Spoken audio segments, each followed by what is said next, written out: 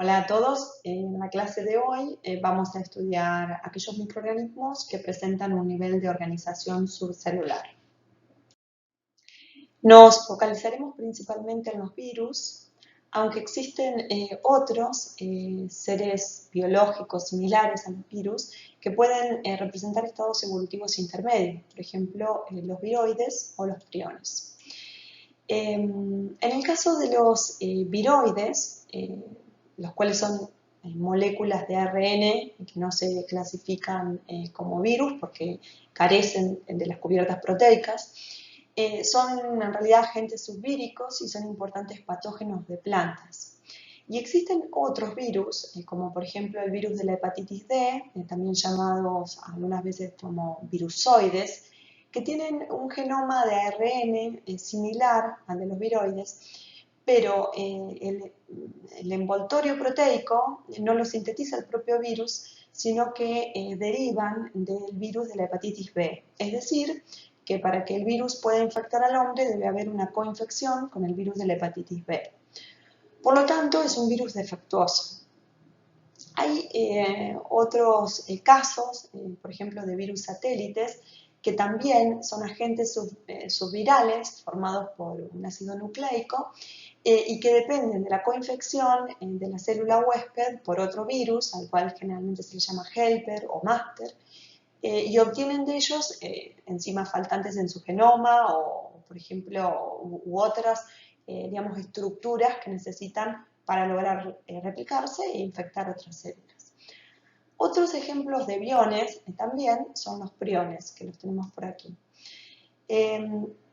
O sea, de estructuras acelulares, que en este caso son proteínas infecciosas que no contienen ni ADN ni ARN. Los priones son capaces de inducir un cambio en la forma normal de una proteína del huésped.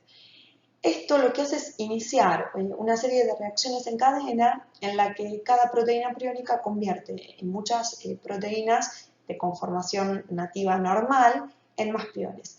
Y a su vez, estas proteínas convierten, digamos, las proteínas normales en más priones. Entre las patologías asociadas a los priones tenemos la encefalopatía espongiforme bovina, más conocida como enfermedad de las vacas locas, que se puede transmitir a los seres humanos, es decir, es una zoonosis, y se puede transmitir a través del consumo de carnes provenientes de animales infectados, sobre todo de productos cárnicos elaborados con zonas o con partes, con cortes relacionados a los tejidos nerviosos. ¿De dónde surgen los virus? Hasta nuestros días se ha propuesto fundamentalmente tres teorías para explicar su origen. Una es la teoría regresiva, otra es la teoría del origen a partir de fragmentos de ADN o ARN de una célula, y por último, el origen a partir de moléculas primitivas con capacidad autorreplicativa. Las dos primeras teorías asumen que los virus se originaron después de que sus células hospedantes evolucionaron, mientras que la tercera teoría sugiere que los virus tenían un origen anterior. La teoría regresiva propone que los virus son consecuencia de la degeneración de microorganismos que perdieron paulativamente los componentes necesarios para desarrollar un ciclo de vida libre, independientemente de la célula hospedera. La teoría del origen a partir de fragmentos de ARN o de ADN propone que los virus son equivalentes a genes vagabundos. Y además muchos estudios sugieren que los virus coevolucionaron con organismos hospederos, con sus propios hospederos, y por lo tanto requieren de la supervivencia del hospedero para poder asegurar su propia supervivencia. Actualmente, la teoría más fuerte postula que los virus son muy antiguos y que surgieron antes de la aparición del primer antepasado común universal, lo que llamamos LUCA, o sea, antes de la bifurcación que luego diera lugar a los dominios de la vida. Esto se fundamenta en algunas evidencias. Primero, los estudios estructurales han mostrado que algunas de las proteínas de la cubierta vírica, o sea, de las cápsides, muestra una homología estructural significativa entre una gran variedad de virus ARN, por ejemplo el coronavirus, y de virus ADN. Es decir, que a pesar de la diversidad genómica, sus linajes son anteriores al origen de Luca. Segundo, está claro que la frecuencia de mutaciones y el tamaño del genoma son inversamente proporcionales. Es decir, que los virus ARN pequeños y de simple cadena tienen una mayor frecuencia de mutación que un virus, por ejemplo, de ARN doble cadena, y a su vez que los virus de ARN tienen una mayor frecuencia de mutación que los virus ADN. Se cree que las primeras entidades autorreplicativas en la Tierra tienen el aspecto de un virus ARN. Si ven la imagen acá, las primeras entidades se cree que tenían un ácido nucleico de tipo ARN monocatenario, que prontamente mutaron y con mucha frecuencia, lo que hizo aumentar gradualmente sus capacidades adaptativas. A partir de aquellos mutantes se fueron seleccionando aquellos que tienen genomas más estables, por ejemplo, un virus ADN. Y de ahí surgieron las primeras células. Se cree también que estos aumentos en la estabilidad genética sería una de las características más importantes de las primeras células con genoma de ADN.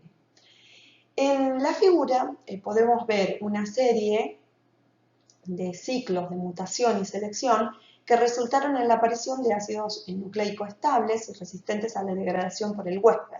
Esto se puede ver digamos, en esta figura. Por ejemplo, partiendo de un genoma de ARN, las primeras mutaciones dieron lugar a un ADN con un uracilo, luego a ADN con timina, que es el ADN normal, y también al ADN con hidroximetilcitosina. Actualmente hay virus que presentan, digamos, aunque de una manera más bien rara, pero que presentan todos estos tipos de genomas. ¿Cómo se dio la conversión de las células de ARN a células ADN? O sea, ¿cuáles son las propuestas? Se hipotetiza que los tres tipos de virus primitivos infectaron a los ancestros de bacterias, esto se puede ver acá, tanto a los ancestros de bacterias como de eucaria y de arcaea. Entonces acá tenemos lo que serían los founder virus o los virus primitivos que infectaron a las distintas líneas evolutivas previo a que se den las principales radiaciones que dieron lugar a estos dominios de la vida. Como consecuencia de la infección viral, los genomas de ARN de estos tres ancestros se convirtieron en ADN. Y se presume también que algunos linajes que en realidad retuvieron el genoma de ARN están actualmente extintos, que estarían representados en esta zona. ¿Por qué es importante el estudio de los virus? Bueno, podemos destacar la importancia biológica y la importancia clínica, que hoy en día la conocemos muy bien debido a la pandemia que estamos viviendo, bueno, desde ya que a nivel mundial, y en investigación. En cuanto a la importancia biológica, todos los seres vivos tienen virus que los parasitan. Ellos constituyen una fracción importante en lo que es la biomasa del planeta. Existen aproximadamente de 10 a 100 veces más partículas virales que células y regulan importantes biociclos. Se sabe que el número de células bacterianas en el planeta Tierra es de aproximadamente 10 a la 30 y que más o menos en un periodo de 2 o 3 días la mitad aproximadamente de estas células sufren lisis gracias a bacteriófagos líticos, es decir, están regulando el equilibrio de estos distintos organismos que habitan el planeta Tierra. Algunos datos que me resultan interesantes en cuanto a los virus son la fuente más abundante de material genético. Parte de sus genes no tienen homólogos en el mundo celular. Un poco, hace un rato hablábamos de los tipos de genomas que son específicamente víricos, o hace un ratito, recién en la diapositiva anterior, mejor dicho. Y posiblemente solo conocemos el 1% de la virósfera. Entre el 40 y el 80% de nuestro propio genoma, o sea, del genoma humano, proviene de invasiones víricas arcaicas. Son datos sumamente interesantes que muestran la magnitud que tienen los virus y la importancia en el mundo vivo. En cuanto a los aspectos clínicos, desde ya que son causantes de enfermedades importantes, no solamente enfermedades en el hombre, sino en los animales domésticos y salvajes y en las plantas. Y en cuanto a investigación, se utilizan en numerosos estudios de biología molecular. Podemos decir que los viroides, los virus satélites, los virusoides, están en la frontera de la vida. O sea, muchas veces se plantea esta cuestión de si tienen características propias de un organismo vivo o no. Y bueno, y de hecho se comportan como partículas en un ambiente y se comportan como organismos vivos cuando parasitan a un huésped susceptible.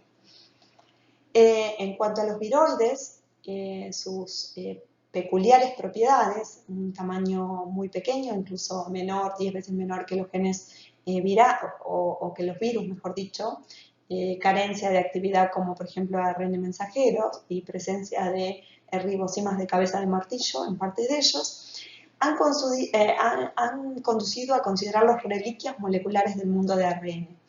Que se postula precedió a nuestro mundo actual basado en ADN y las proteínas. Es decir, un poco lo que hablábamos en la diapositiva anterior, de las hipótesis más importantes como los virus, como agentes primitivos anteriores al desarrollo de las primeras células tal cuales las conocemos hoy en día.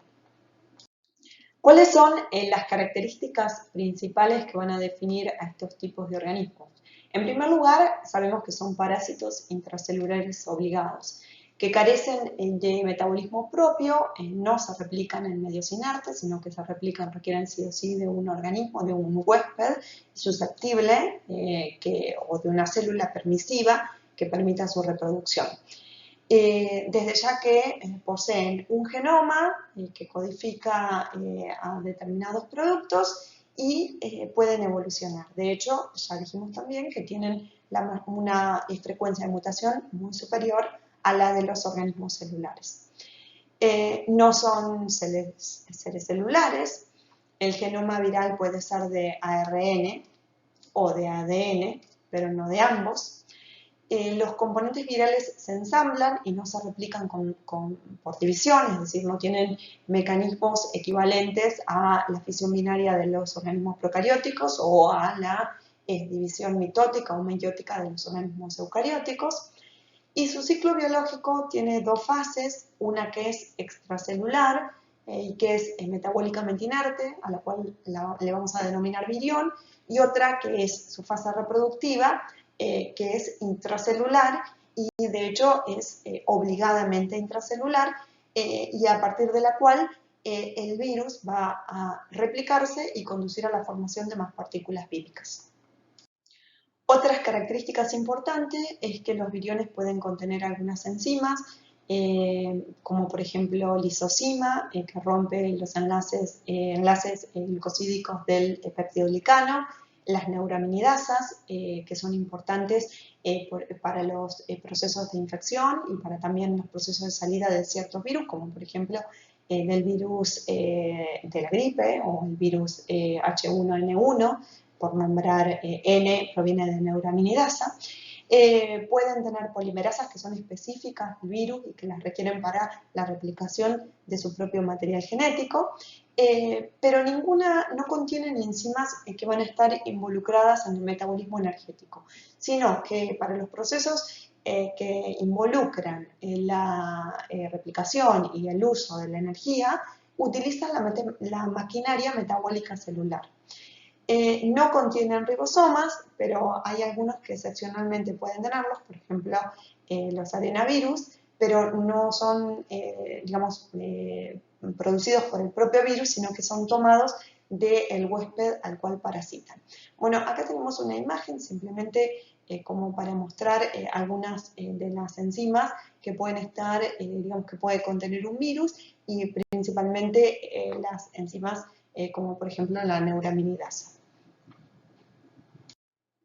¿Cuáles son los componentes o las estructuras que van a formar los virus?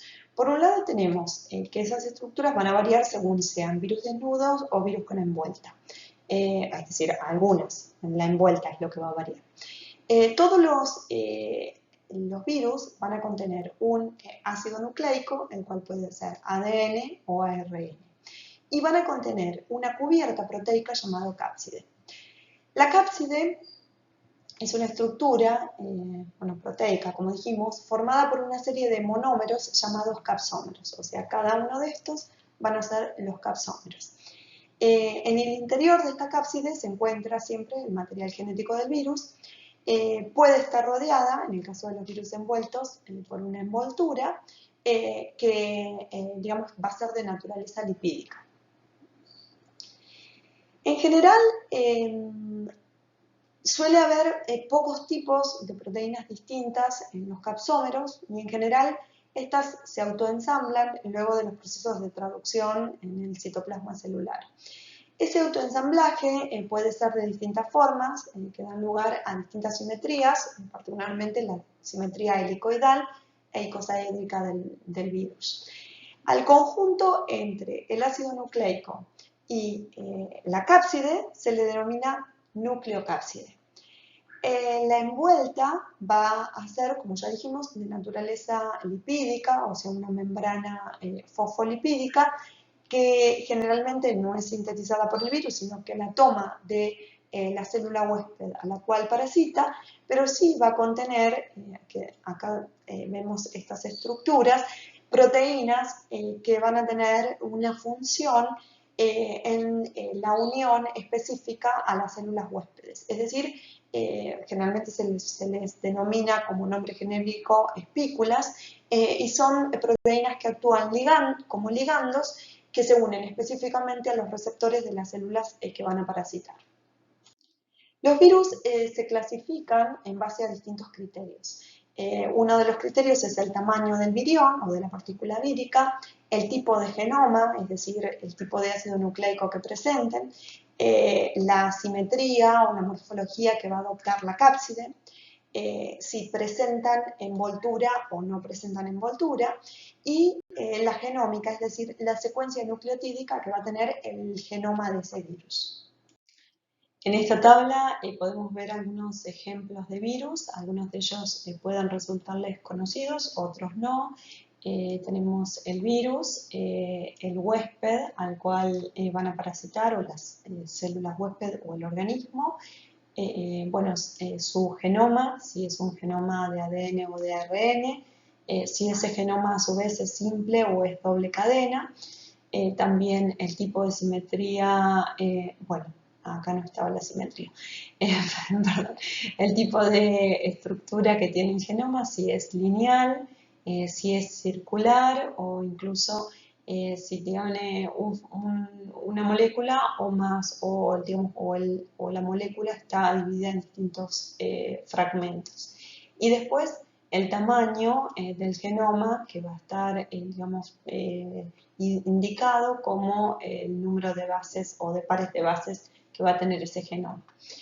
Vemos algunos ejemplos, algunos pueden ser conocidos, para nosotros un virus bacteriano, que es un virus de Escherichia coli, que es el X174, y sus características, huésped, que son, es Escherichia coli, es un virus de tipo ADN, simple cadena, circular, con un solo fragmento y 5.386 pares de bases. Después vemos otros virus que probablemente les resulten más conocidos, como por ejemplo el poliovirus, que es el agente causante de la poliomielitis en humanos.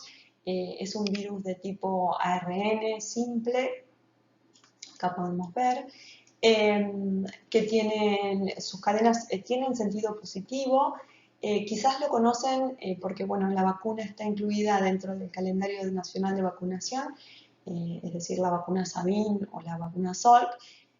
ya que la infección, digamos, por el poliovirus conlleva la replicación del virus dentro del tracto gastrointestinal y la excreción del virus en las heces, es decir, que se transmite por el mecanismo fecal-oral. Por eso nosotros en microbiología de alimentos vemos este tipo de virus.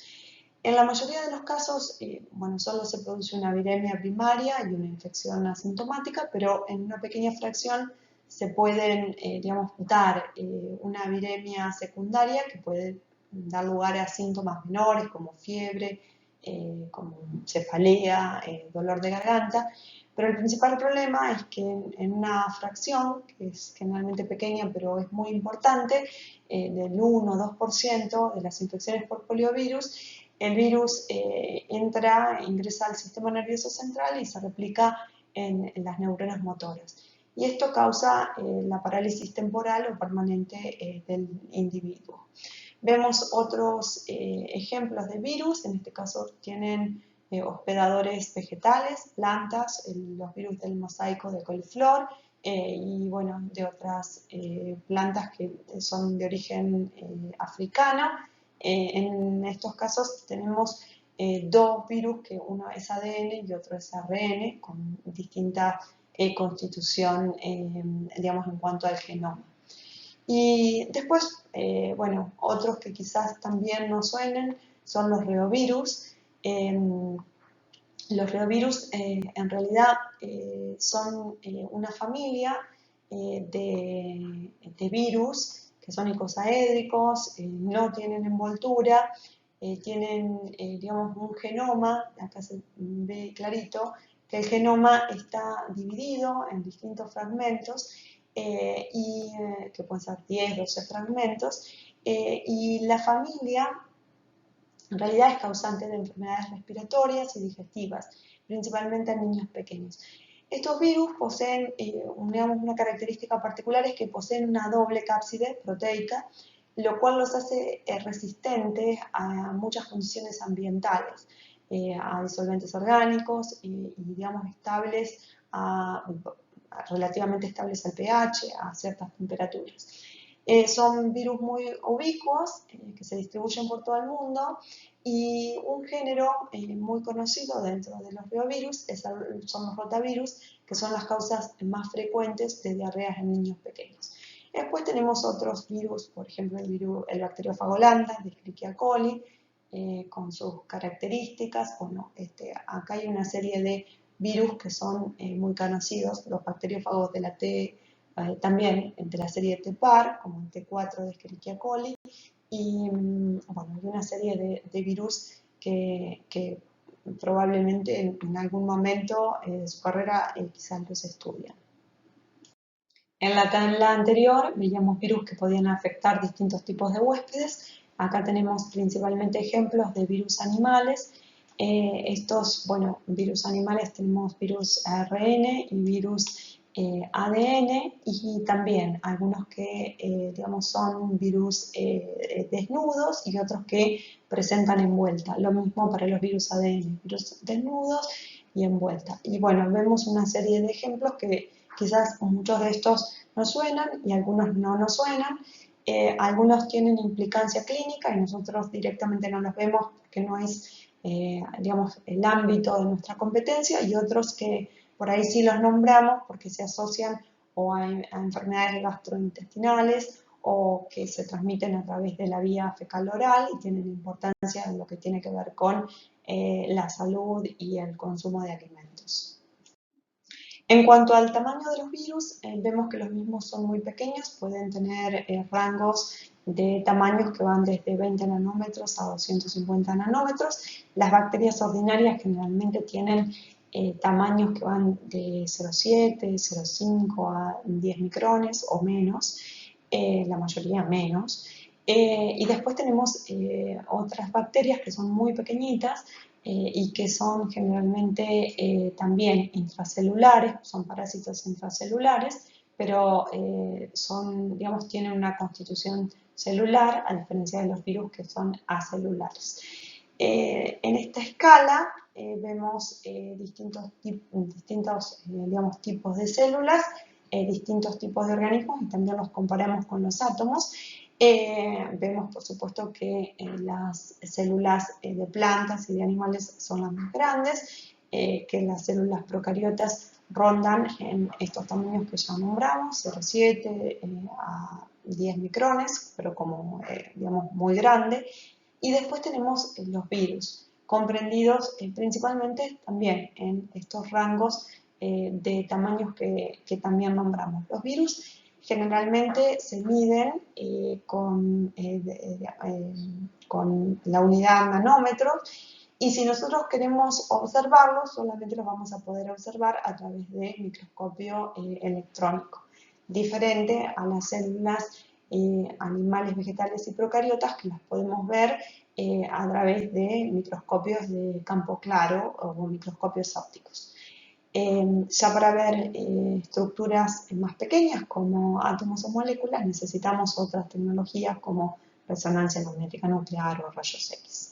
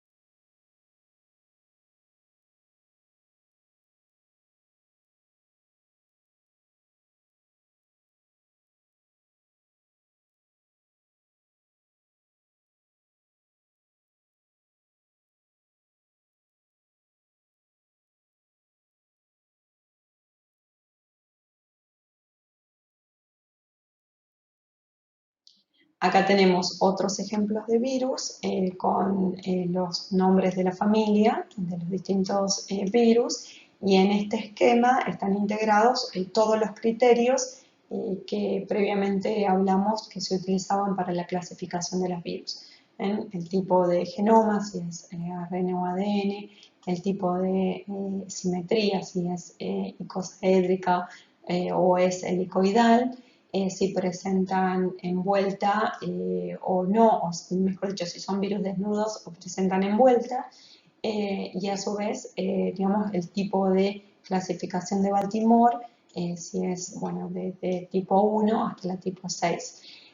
Entonces, tenemos ejemplos de las distintas familias que representan cada uno de estos criterios de clasificación.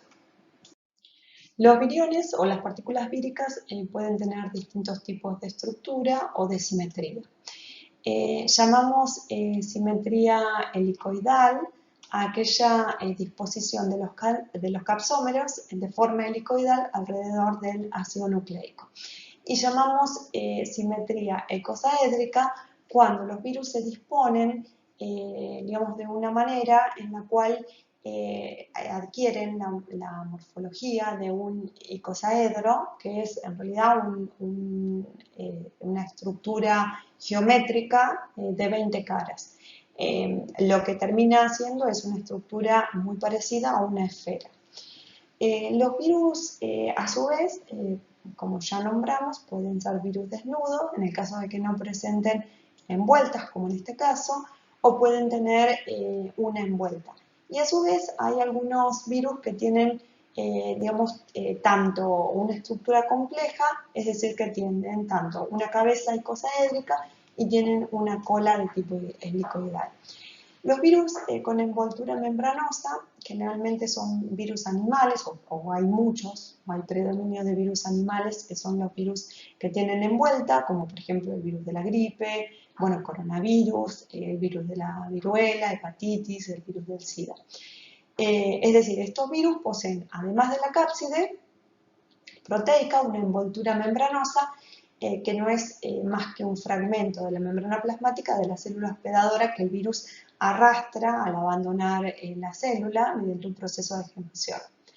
La bicapa lipídica que forma esta envoltura posee un conjunto de glucoproteínas que están codificadas por el virus y dispuestas hacia el exterior a modo de espículas, que constituyen su sistema de anclaje, o sea, lo que le va a permitir absorberse específicamente y unirse como ligandos a los receptores de la membrana de las células que van a parasitar. Por lo tanto, median el mecanismo de penetración por endocitosis o por fusión de membrana. La envoltura membranosa es muy importante desde el punto de vista inmunológico. Bueno, acá vemos otros ejemplos de virus con simetría icosaédrica, como se verían en una microfotografía de microscopio electrónico. Generalmente las proteínas de los capsómeros se disponen en clústeres de un número de unidades, por ejemplo 5 unidades, y acá vemos virus de simetría helicoidal. También la microfotografía electrónica y un dibujo esquemático que permite ver cómo los capsómeros se van ensamblando para formar este tipo de, digamos, de simetría específicamente. En el caso de los virus icosaédricos, la disposición de los capsómeros, digamos, termina, como ya dijimos anteriormente, con un aspecto de tipo esférico, y la cápside adopta una estructura de un poliedro de 20 caras, que fue lo que ya un poco conversamos. Bueno, la morfología compleja de tipo binaria, es decir, con una cápside icosaédrica y una cola helicoidal, se da principalmente en bacteriófagos. Es decir, ha sido encontrado principalmente en ciertos tipos de bacteriófagos y está directamente relacionado con la forma en que los virus infectan a sus células hospedadoras, es decir, a las bacterias. El número de fagos con una arquitectura de este tipo cabeza-cola, es bastante importante Estos fagos pueden ser subdivididos en fagos, digamos, de cola corta, en fagos de cola larga, fagos de cola no contráctil y fagos de cola contráctil complejas, que también pueden poseer otro tipo de estructuras como por ejemplo collares, placas basales y fibras. A pesar de la complejidad estructural, los principios que gobiernan el ensamble de estos fagos son similares a los descritos en relación con otros virus cuya arquitectura es más sencilla. Las cabezas de los fagos tienen usualmente una simetría icosaédrica, como ya dijimos, y en su interior van a contener el ácido nucleico del virus. Bueno, entonces acá vemos las distintas estructuras que van a constituir estos fagos complejos.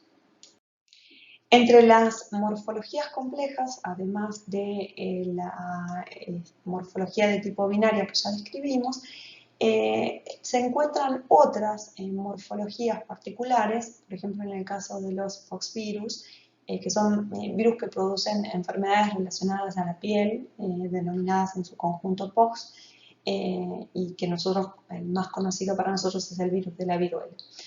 Son virus grandes que tienen una silueta ovalada, característica en forma de ladrillo. Acá vemos sus proporciones. Y presentan una membrana externa y que muestra una especie de crestas de la cual no se conoce exactamente la función, y unos corpúsculos laterales que encajan en las concavidades.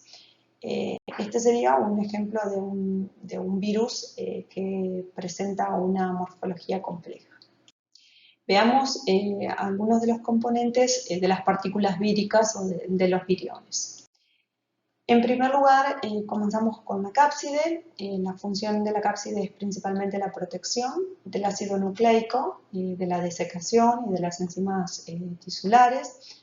Presentan estructuras que permiten la unión del virus a los receptores de la membrana de la célula que infectan, principalmente, bueno, esto en los virus desnudos, ¿no? Porque en el caso de los virus con envuelta, estas estructuras, que generalmente son de naturaleza proteica, van a estar en esa envuelta.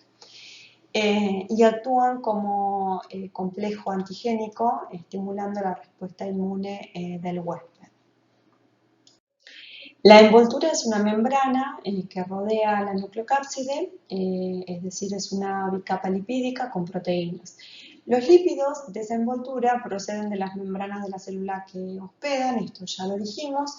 Las proteínas están codificadas por los genes del virus y las glicoproteínas tienen unidos azúcares, sobresalen de la membrana y van a ser lo que van a formar las espículas o los peplómeros. ¿Cuáles son las propiedades de las proteínas de superficie? Bueno, constituyen un mecanismo de protección del genoma contra la acción de nucleasas bacterianas o tisulares, presentan afinidad con los receptores celulares, es decir, van a actuar como ligandos que van a permitir la unión específica o la absorción específica del virus con los receptores de las células blanco, las células que van a parasitar.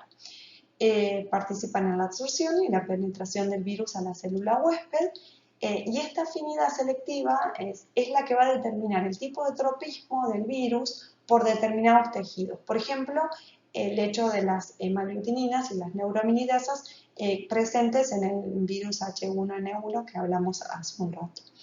También poseen capacidad antigénica, induciendo digamos, una respuesta inmune en un hospedador de tipo inmunocompetente, generalmente mediada por anticuerpos neutralizantes.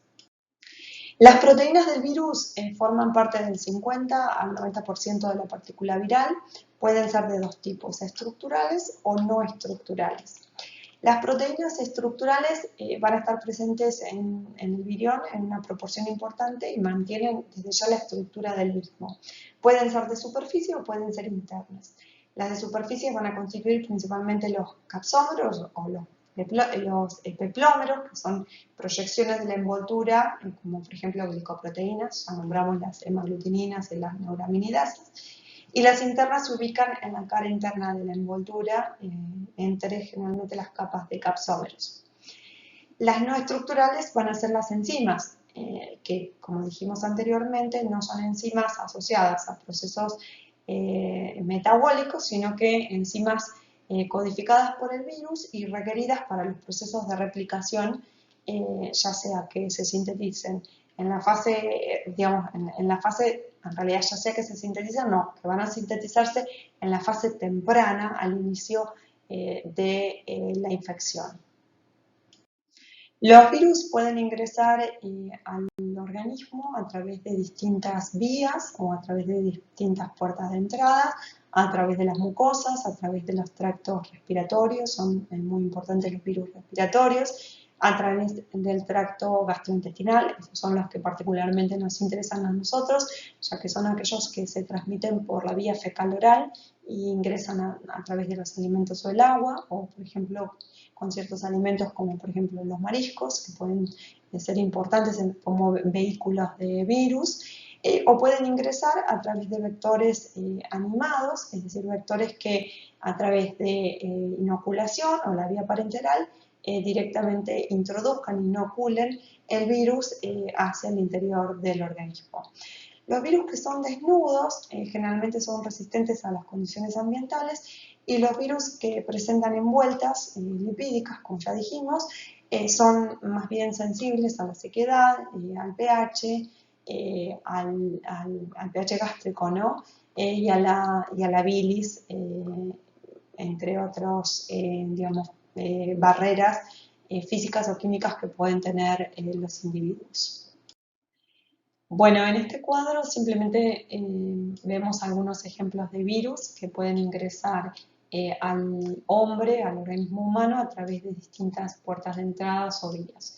Y los mecanismos que van a estar implicados. Por ejemplo, bueno, en el caso del virus de la rabia, a través de mordeduras de determinados animales domésticos, es decir, por la piel.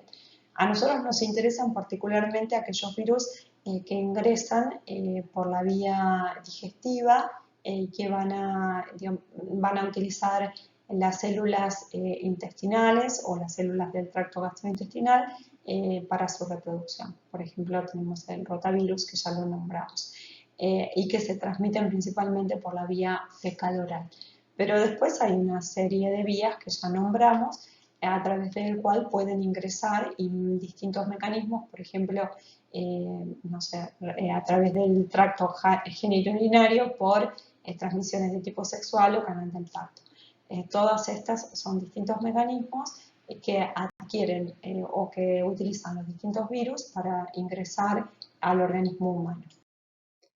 Bueno, ahora vamos a continuar con el ciclo de replicación de los virus o el ciclo viral productivo de los virus.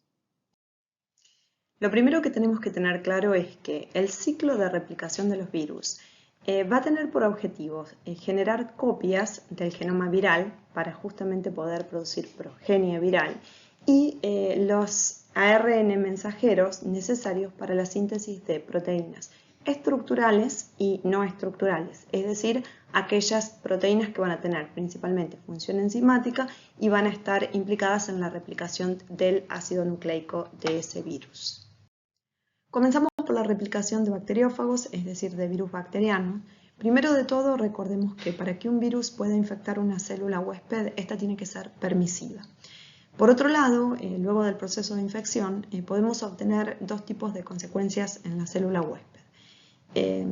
Por un lado podría ocurrir la lisis y la destrucción celular, y en este caso el ciclo se va a denominar ciclo lítico, o sea, los eventos que van a ocurrir posteriormente a la infección vírica van a dar lugar a la lisis y a la destrucción celular, entonces le vamos a llamar ciclo lítico.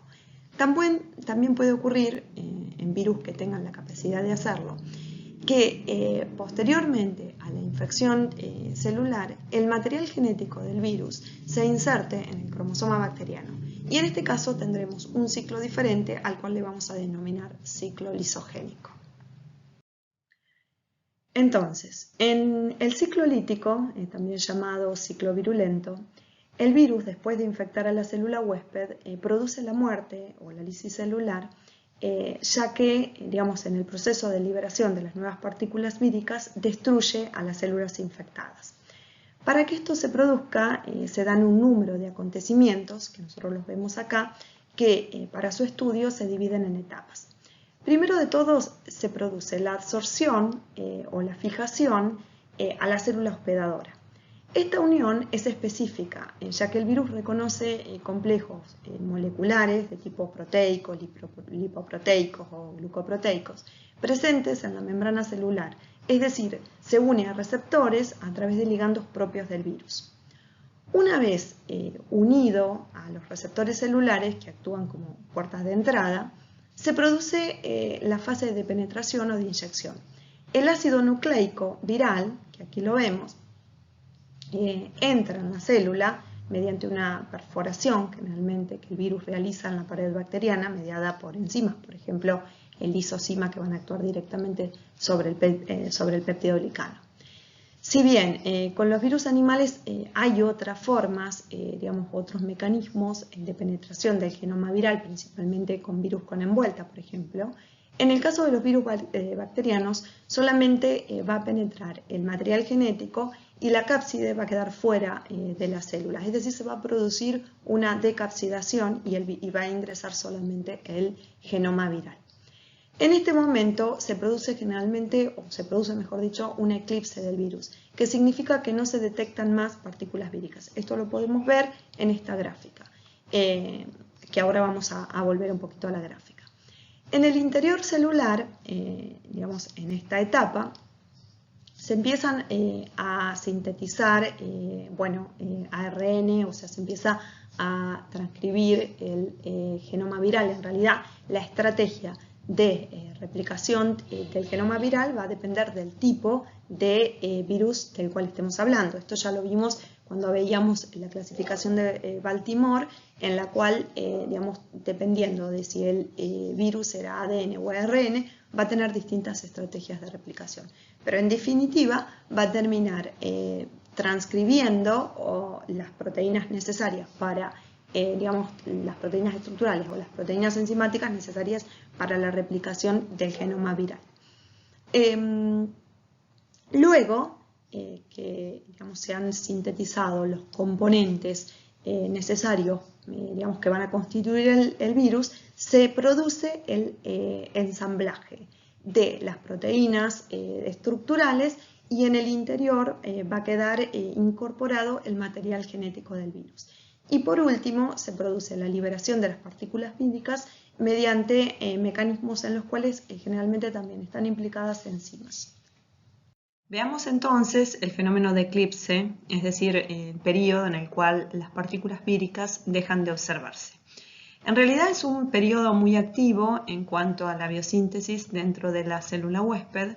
En este periodo se expresan genes virales tempranos y tardíos, es decir, síntesis de enzimas necesarias para la replicación, por un lado, del ácido nucleico viral y la síntesis de proteínas de la cápside. Y también el ensamblaje de los distintos componentes del virión que van a dar el lugar o que van a tener el lugar en lo que es la maduración del virión. La liberación del virión infectivo, es decir, de la partícula viral que va a tener capacidad de infectar otras células, puede ser por distintos mecanismos.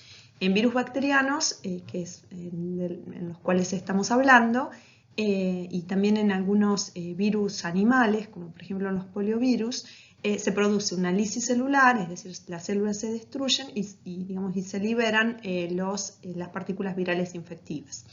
En el caso de los virus animales, lo que puede ocurrir, o generalmente lo que ocurre en el caso de aquellos virus que son con envueltas, es que la partícula viral surge como un proceso de gemación o de extrusión, es decir, surge a partir de un proceso de exocitosis de la célula hospedadora. Y en este caso, generalmente no se produce inmediatamente la muerte celular, sino que los virus se van liberando lentamente, sobre todo en aquellos que son virus o que se encuentran como virus latentes o infecciones de tipo latentes.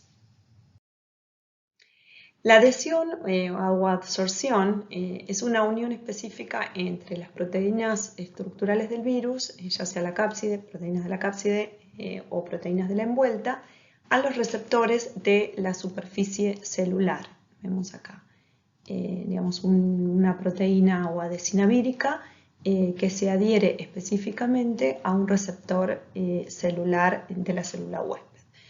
La especificidad de la unión entre la proteína viral que actúa como ligando y el receptor celular del huésped determinan el tipo de hospedador o el rango de hospedadores de dicho virus.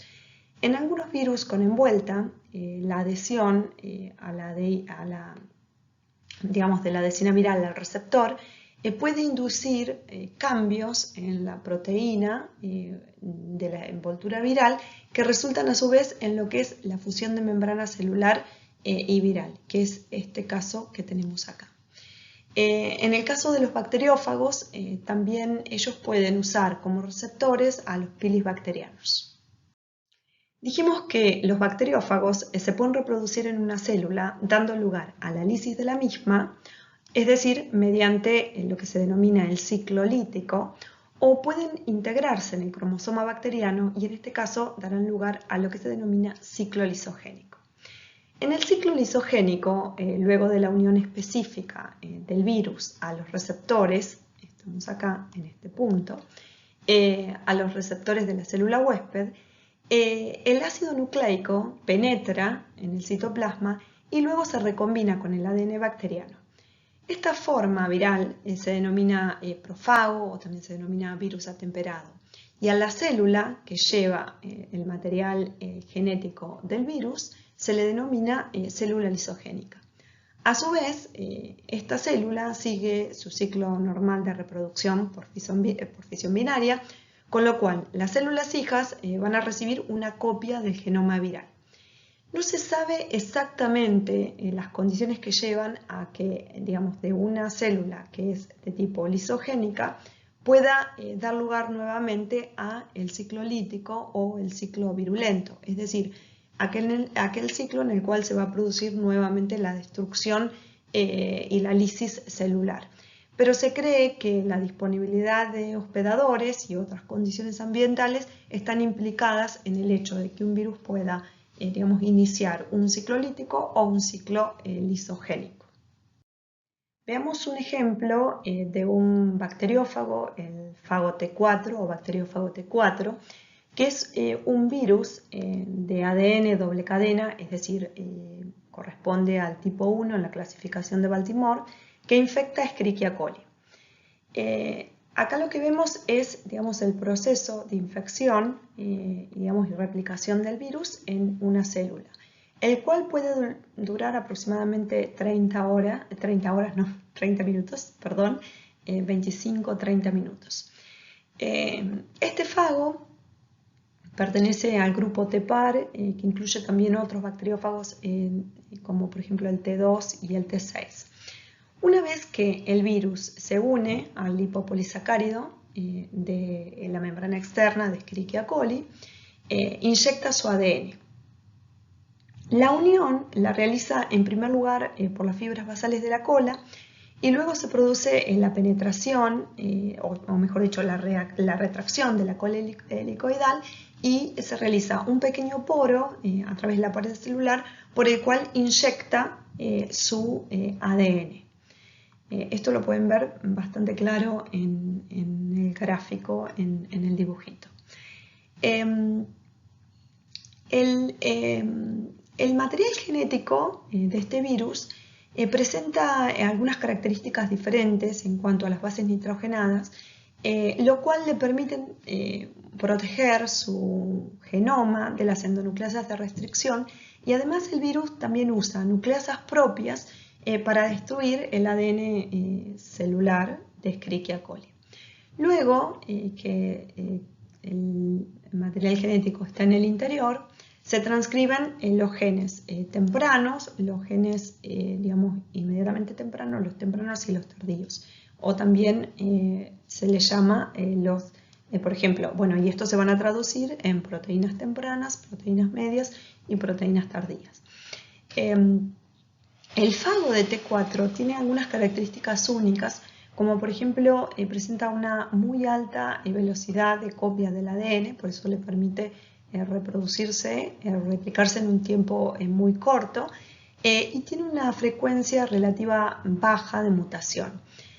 Además, también presenta lo que se llaman terminaciones redundantes o secuencias terminales redundantes que pueden recombinarse y formar una única molécula larga que se denomina concatémero.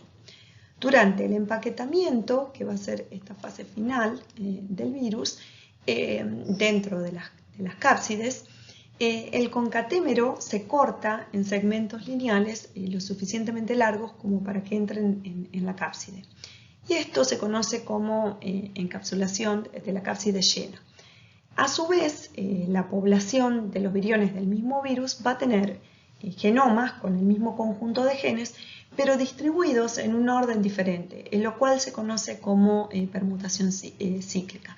Estas son características propias de este bacteriófago, que es digamos, uno de los bacteriófagos que se estudia como prototipo de virus líticos o virulentos.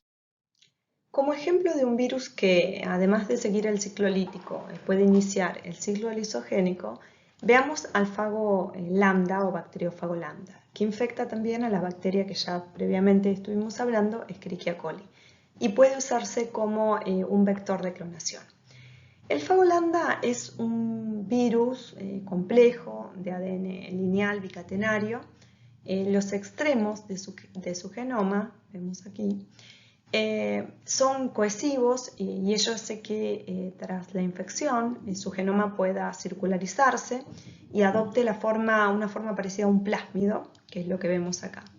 Luego, este genoma circular se recombina, se inserta en un segmento concreto del cromosoma de la bacteria. Por tanto, el virus queda como un fago atemperado o lisogénico, por lo cual se replica como consecuencia de la replicación del genoma bacteriano.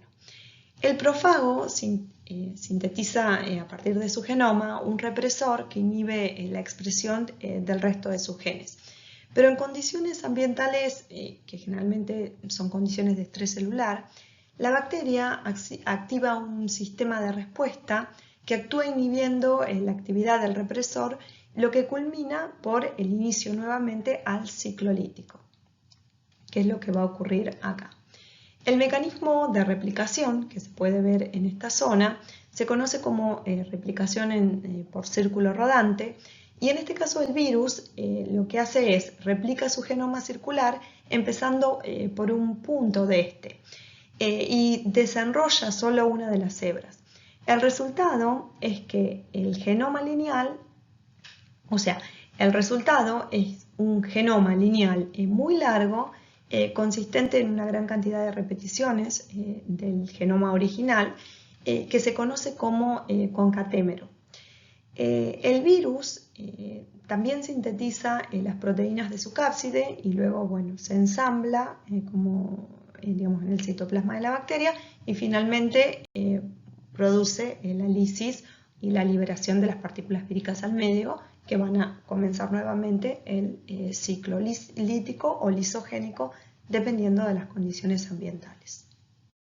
Como resultado de la infección por un virus lisogénico, o digamos como un profago, una bacteria puede adquirir nuevas funciones metabólicas, nuevas estructuras antigénicas o puede expresar toxinas bacterianas. Y a este mecanismo o a esto se le denomina conversión fágica o conversión lisogénica. Es decir, las nuevas características adquiridas por el microorganismo en cuestión, por la célula huésped, van a estar en este caso codificadas por el genoma viral que está inserto a su vez en el cromosoma bacteriano. Algunos ejemplos digamos, de estas situaciones, o sea, de conversión fágica, tenemos, por ejemplo, en el caso del Clostridium botulinum, la toxina botulínica de hecho está codificada por un fago lisogénico, bueno, todos estos casos, pero por ahí nos interesa más, por ejemplo, en el caso de Escherichia coli, las toxinas tipo Zika, que son los principales factores de virulencia que van a estar implicados en los procesos infecciosos por esta bacteria, están codificados justamente en bacteriófagos lisogénicos. También tenemos la enterotoxina de Vibrio cólera, la toxina diftérica de Corynebacterium diphtheriae, y la toxina de Streptococcus pyogenes. Es decir, estos son algunos ejemplos, pero en realidad existen muchos más y nosotros los vamos a volver, sobre todo a aquellos en los cuales estén implicados mecanismos de patogenicidad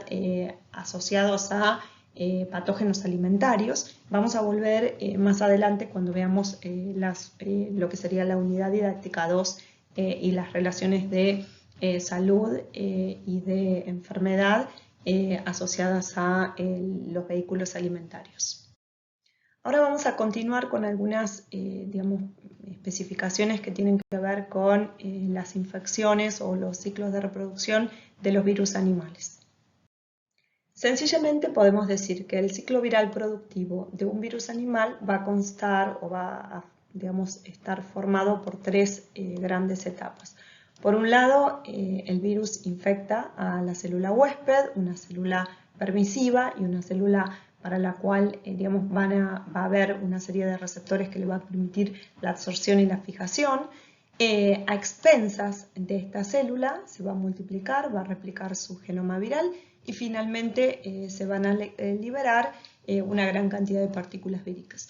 Este proceso también puede dar lugar a una lisis y destrucción celular, o puede que la destrucción celular no sea inmediata, sino que sea crónica en el tiempo, y entonces vamos a tener distintos procesos infecciosos.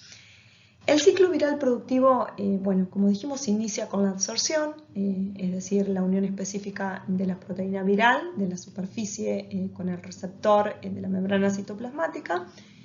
Luego se produce la penetración.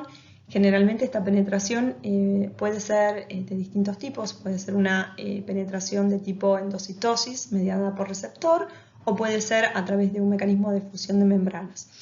Y seguidamente se va a producir el desnudamiento del genoma viral, que puede ocurrir en el citoplasma, o en algunos virus animales también se puede dar en la membrana nuclear.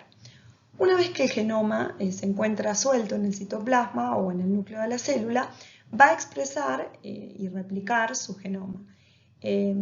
Desde ya que la estrategia de replicación del virus va a depender del tipo de genoma, tal como vimos en la clasificación de Baltimore.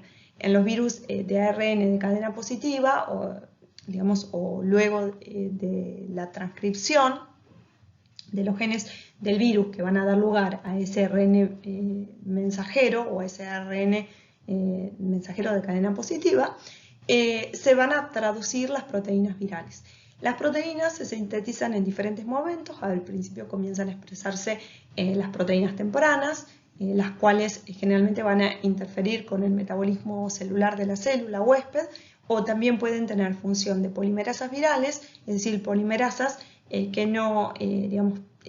estén implicadas principalmente en el mecanismo de replicación del genoma viral. Y luego se van a sintetizar los ARN mensajeros, o sea, se van a transcribir aquellos genes y traducir a proteínas que van a estar implicadas en principalmente en la producción o en la síntesis de proteínas de tipo estructurales. Cuando los componentes del virus están sintetizados, se produce el ensamblaje, la maduración y la salida del virus de la célula infectada. El ensamble puede ser también en el citoplasma o en el núcleo, dependiendo del virus, o puede terminar de ensamblarse completamente en la membrana citoplasmática, en el caso de los virus que se liberan principalmente por brotación. Bueno, es un poco repetir lo que dijimos en la diapositiva anterior. Las etapas de la replicación viral en un virus animal van a iniciarse primeramente con la absorción a los receptores celulares, luego la penetración, que puede ser por endocitosis o por fusión de membrana, y el desnudamiento, que va a dar lugar a la liberación del genoma viral en el citoplasma o en el núcleo celular. Luego se van a expresar y replicar los genes, los cuales van a depender, la estrategia viral de replicación va a depender del tipo de genoma viral, y la expresión va a producir proteínas virales que generalmente intervienen con el metabolismo celular, o pueden ser muchas polimerasas virales, sobre todo en los casos de los virus que no tienen un esquema de replicación, digamos, equivalente al de la célula que infectan, los que serían los tipo en la clasificación I5, 6, en la clasificación de Baltimore, y por último las proteínas estructurales. Para finalizar se va a producir el ensamble, la maduración y la salida de la célula infectada, que puede ocurrir en el citoplasma o en el núcleo celular, y que puede ser, digamos, simultáneo al egreso, en el caso del ensamble, al egreso con la célula, digamos, de la célula huésped.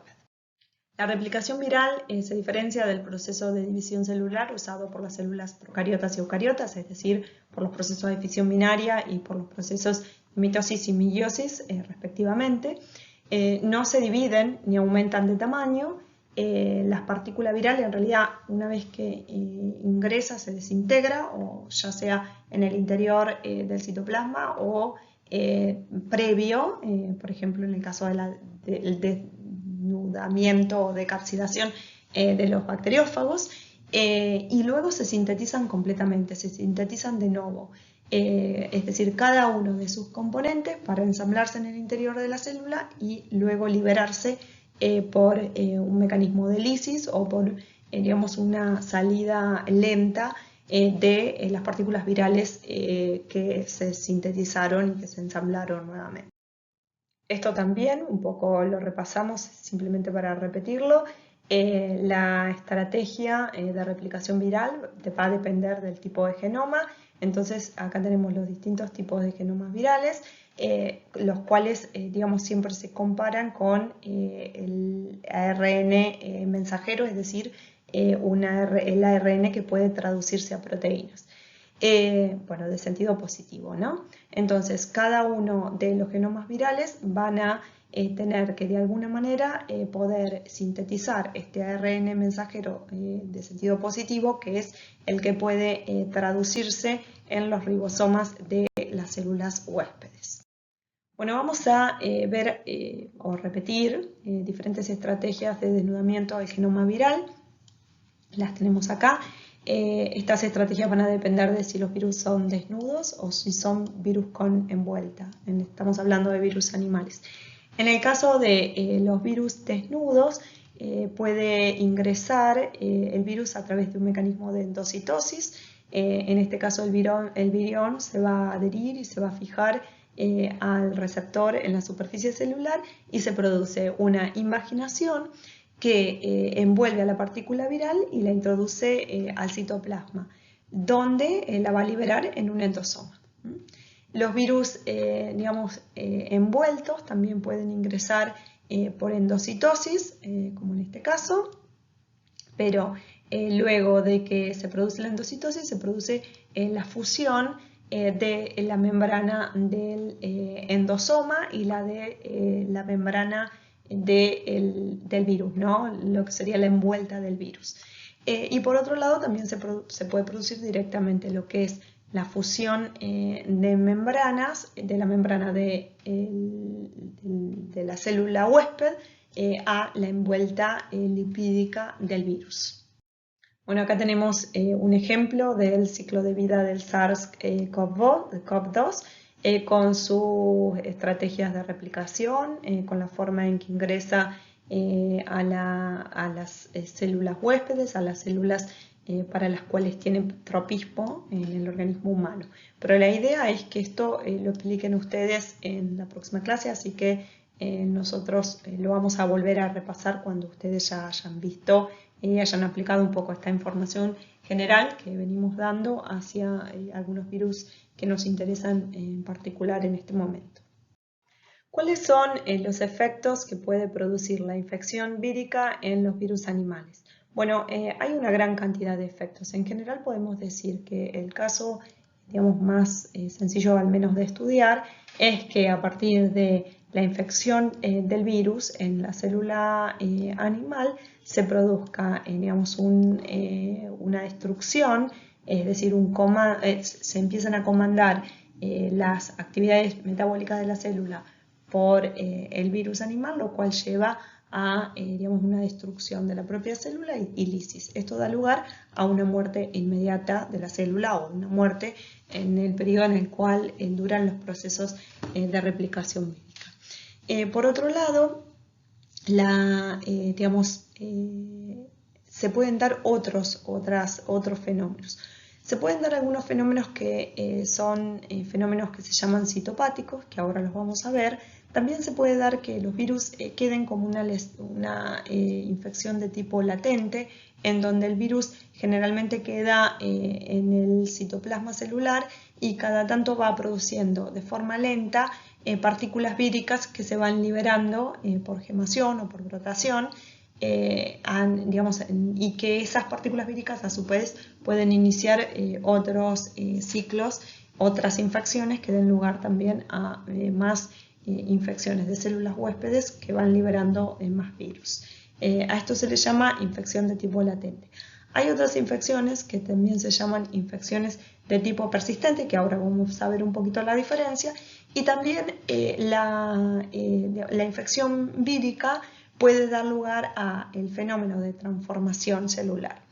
Algunos virus, como por ejemplo el virus ADN, como el HPV, o el virus de la hepatitis B, y también algunos retrovirus, pueden integrar su ácido nucleico al genoma celular, causando la transformación de las células, es decir, y estas células transformadas que presenten un comportamiento de tipo tumoral, y a estos virus se les llama virus oncogénicos. Ahora vamos a ver un poquito más de eso, aunque no es el objeto de esta materia.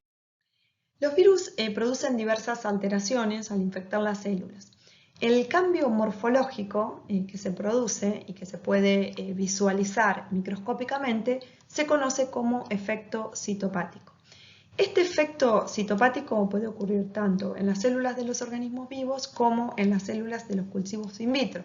Esto es importante porque a raíz de esta observación microscópica en los cultivos, no solamente vamos a conocer mecanismos de acción del virus, sino también es importante para todo lo que tiene que ver con el diagnóstico en el laboratorio. Las alteraciones de las células infectadas pueden ir desde alteraciones de tipo destrucción celular hasta cambios morfológicos. Por ejemplo, hay algunos virus que producen fusión celular. Estos virus codifican y poseen en su estructura proteínas que tienen la propiedad de fusionar las membranas celulares, generando células multinucleadas a las cuales se les llama sincicios. Esto, por ejemplo, hace el virus del sarampión, o también puede hacer otros virus que por ahí producen neumonía, tienen el mismo efecto. También pueden producir cambios morfológicos, por ejemplo, modificación del citoesqueleto, que dé lugar a reordenamientos y que en definitiva termine por la pérdida, por ejemplo, de estructuras de tipo cilias, ejemplo en las células respiratorias, y esto lo puede hacer, por ejemplo, el virus de la influenza. También hay algunos virus que dan lugar a una proliferación celular, es decir, una inducción de síntesis de ADN en exceso y una hiperplasia, por ejemplo, del órgano o el tejido el cual estén infectando. Estos son algunos ejemplos de efectos citopáticos. Bueno, en esta imagen vemos un esquema de evolución de las infecciones virales. En línea azul vamos a tener las partículas víricas que se van produciendo en el tiempo, y en las barras rojas vamos a tener la aparición o los periodos de aparición de síntomas. En función de estos dos criterios tenemos algunas infecciones que son de tipo aguda, que generalmente se limitan en el tiempo y se resuelven con la eliminación del virus, ya sea por un tratamiento farmacológico o algunas que pueden ser también de tipo autolimitadas. Hay algunas infecciones que son de tipo persistentes crónicas, es decir, después del periodo de infección comienza un periodo de replicación viral en el cual se van continuamente produciendo partículas víricas, en donde llega un momento en el cual comienzan a sintetizarse, o mejor dicho, comienzan a manifestarse la sintomatología, los signos y los síntomas propios de la enfermedad, y luego puede sobrevenir, generalmente sobreviene la muerte. Hay virus que son de tipo, digamos, latentes, pero persistentes, en donde la liberación y digamos, el aumento o la viremia aumenta y de pronto sufre una disminución. Esos virus generalmente lo que hacen es, tienen periodos en los cuales el virus, por ejemplo, se replica de forma lítica y de pronto comienza un periodo en el cual quedan como un virus latente. Entonces, a lo largo del tiempo hay distintos periodos de la vida en los que se pueden manifestar los síntomas y los signos de la enfermedad. Y por otro lado, tenemos las infecciones de tipo persistente lenta, en las cuales el virus son detectables durante todo el proceso, pero digamos tiene periodos largos, o sea, tiene primero un periodo agudo y luego tiene un periodo largo de incubación, en el cual, digamos, en la fase final comienza nuevamente la sintomatología, la cual puede ser la misma, pero generalmente es diferente a la primera manifestación de síntomas, y luego puede sobrevenir la muerte.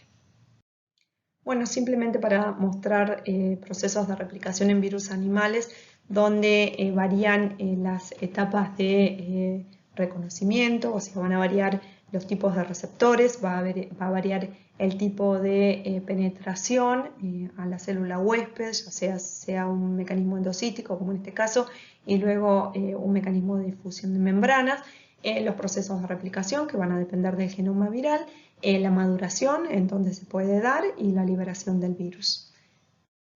Este es otro ejemplo de replicación de un virus animal, y acá vemos, a diferencia del anterior, que en este caso la fusión de membranas de la envuelta vírica con la membrana citoplasmática hace que directamente entre la nucleocápside. Luego se produce el desdoblamiento del genoma viral y comienzan los procesos también de replicación con la síntesis de proteínas tempranas y tardías, y por último la salida del virus por un proceso de tipo gemación. Algunos ejemplos de virus oncogénicos conocidos, como por ejemplo los hepatovirus, el de la hepatitis B, el papilomavirus, el virus Epstein-Barr sobre linfocitos, y los herpes simplex que producen cáncer de cuello de útero. La patogenia viral va a depender de una serie de condiciones que tienen que ver con características del virus y características del huésped. En cuanto al virus, todo lo que respecta al inóculo inicial, en las puertas de entrada, que un poco ya lo vimos, la estructura genética y antigénica del virus, y cómo modula el huésped la respuesta inmune. Esto es un aspecto muy importante, tanto en los dos extremos, es decir, en aquellos huéspedes que por algún motivo presentan algún tipo de supresión inmunológica o se encuentran inmunocomprometidos, o en aquellas enfermedades víricas en donde la respuesta del sistema inmunológico es exacerbada, lo cual produce un daño sustancial en también el proceso y en la evolución de la enfermedad. En cuanto al huésped, desde ya que hay factores que tienen que ver con la resistencia del huésped hacia la infección vírica, y esto está determinado genéticamente. Otros aspectos que tienen que ver con la edad, sexo, embarazo o no, y el estado de salud, el estado desde ya que del sistema inmunológico, el estilo de vida y aspectos que tienen que ver con la nutrición, el sedentarismo o no, el hecho de poder, fumar o no, hábitos como por ejemplo el consumo de alcohol. Todo esto va a incidir en el tipo de patogenia viral, y no solamente la patogenia viral, sino los procesos de evolución de las enfermedades virales. Reforzando un poquito el concepto de célula susceptible y permisiva, para que la enfermedad viral se dé, la infección viral se dé, en realidad es necesario que el virus pueda penetrar a la célula, la cual desde ya que va a tomar su metabolismo celular para su propia replicación, y para eso tiene que poder, esa célula tiene que ser permisiva y tiene que ser susceptible de infección vírica, lo cual la susceptibilidad va a estar dada por la presencia o no de receptores. En relación al virus, digamos, y en cuanto a la especificidad del hospedador, esto, como dijimos, ya va a estar dada por las proteínas virales y los receptores de la membrana celular. Y así vamos a tener virus que afectan a una sola especie, por ejemplo el sarampión a humanos, virus que producen zoonosis. Hoy en día sabemos que la mayor parte de las infecciones víricas, el 60 al 70% de las enfermedades víricas son zoonóticas, es decir, tienen huéspedes comunes en los cuales pueden producir enfermedad, o por ejemplo en un animal de pronto puede ser portador, pero o poder manejar con cargas virales bajas un estado de portación en el cual no se produzca la enfermedad y sí ser transmisor a otras especies. Hay virus que afectan un solo tejido, a los cuales, por ejemplo, al hígado, o sea, van a ser hepatotropos, van a tener tropismo hacia ese órgano o tejido en particular, o neurotropos. Y hay virus que afectan a más de un tejido, o sea que son pantotropos, ejemplo el sarampión. Los virus los podemos estudiar tanto en animales vivos, es decir, ya sea o para el diagnóstico o para la experimentación, o se pueden estudiar en huevos embrionados, esto en el caso de los virus animales, ¿no? O en líneas celulares, que esto es lo más habitual, es decir, en cultivos artificiales de células en monocapa. Ya sea primarias o células, por ejemplo, diploides provenientes de embriones humanos, es decir, hay una serie, o continuas, hay una serie de líneas celulares que se utilizan para distintos virus, para algunos virus en particular. Y los virus de bacterias se estudian en cultivos bacterianos, es decir, en una placa de Petri en la cual generalmente la bacteria que es huésped del virus que estamos estudiando se coloca, digamos, junto con un medio de cultivo, y el hecho de que un virus, por ejemplo, lítico, crezca hace que esas células no crezcan en una zona en particular, y esto se ve como zonas de no crecimiento a las cuales les denominamos calvas. Bueno, acá tenemos un ejemplo de un cultivo de virus bacterianos y tenemos, digamos, podemos observar una placa de Petri con un medio de cultivo en el cual hay un crecimiento confluente o continuo en tipo césped, y en las zonas en donde se produjo la infección vírica, lo que se ve son las placas o las calvas, es decir, una zona que no tiene crecimiento. Bueno, también acá tenemos digamos, un estudio en líneas celulares. Hay distintos tipos de líneas celulares que hoy en día se usan digamos, para poder observar los efectos citopáticos de distintos virus, y esto es muy importante para todo lo que tiene que ver con la investigación vírica y también con el diagnóstico. En cuanto al efecto de los agentes físico-químicos en los virus, podemos decir que los virus son lábiles al calor. Por supuesto que las temperaturas y los tiempos en los cuales se inactivan van a depender de las características particulares del virus, pero en general podemos hablar de que son lábiles y que con temperaturas de 60 grados, bueno, un tiempo de 1 hora, como digamos un tiempo bastante largo, uno puede inactivar la mayoría de los virus. La mayoría de los virus también digamos, se conservan mejor a pH y en medios de tipo isotónicos y a pH fisiológico. Hay algunas excepciones, como en el caso del enterovirus, que puede ser estable incluso a pH 3. Desde ya que, o sea, vamos a aclarar esto, los virus que son virus entéricos van a tener como primera barrera el ácido del estómago. Por lo tanto, para que lleguen viables y puedan infectar a los enterocitos, van a tener que llegar con sus estructuras viables y sus proteínas, sus ligandos, y poder unirse, absorberse, penetrar y hacer digamos, todo lo que ya venimos haciendo, los ciclos de producción vírica en el intestino. Para eso van a tener que ser estables a ese pH, porque si el pH afecta justamente estas estructuras, no van a poder iniciar el proceso de infección. Las radiaciones, ya sea UV o ionizantes, inactivan a los virus por acción principalmente sobre el genoma viral, ¿no? Ya sea induciendo digamos, una cantidad extrema de mutaciones o hidrólisis, o sea, directamente una lisis del genoma viral. Y los solventes los solventes orgánicos generalmente van a desestabilizar aquellos virus que tienen envueltas de tipo lipídica. Pero los virus desnudos generalmente son resistentes a los virus, a los solventes orgánicos.